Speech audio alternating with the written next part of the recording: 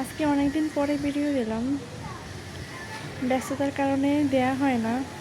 যেহেতু ছোটো ছোটো বাচ্চা আছে আর অসুস্থ থাকলে তো কথাই নেই। তো এই তো মামাদের বাসায় বেড়াতে আসলাম, সেখান থেকেই ছোট্ট ভিডিওটি নেওয়া। আসলে বাচ্চাদের মাদের কোথাও গেলেও দায়িত্ব বাচ্চাদের থাকেই সব সময়। এই যে খাওয়ানোর দায়িত্ব, ঘুমানোর, ঘুম পাড়ানোর, আনুষঙ্গিক সব কিছু।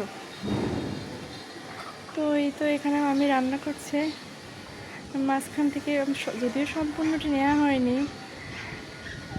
কারণ বেবিদের খাওয়াতে হয়, ওদের সময় দিতে হয়।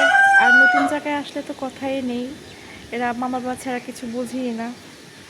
তো এই তো আমি মুরগি রান্না করছে আর করলা ভাজি, ডাটা ডাটা আলু ঝোল।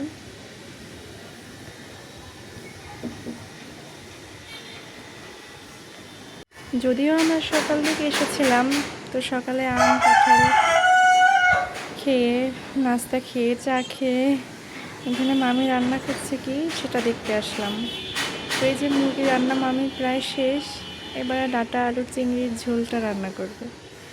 এখানে দেশ থেকে আবার কাঁঠাল নিয়ে এসেছিল, সে কাঁঠালটাকে করছে। কাঁঠালগুলো খুবই মিষ্টি ছিল। ঢাকার কাঁঠাল অত ভালো লাগে না আমার কাছে, মানে ইয়াটা বেশি থাকে না। তো এখানে আমার ছোটো বেবিকে খিচুড়ি খাইয়ে নিলাম। আমার 7 মান্থ প্লাস বেবির বয়স। তো আমার বেবি তেমন কিছু খেতে চায় না, যদি 2-1 চামচ খাবে, তারপরে আর খাবে না, বাকিটা খাবে না। তো এই করলা ভাজিটা শেষ, মুরগিও প্রায় শেষ, এখন আমাদের খাওয়ার পালা।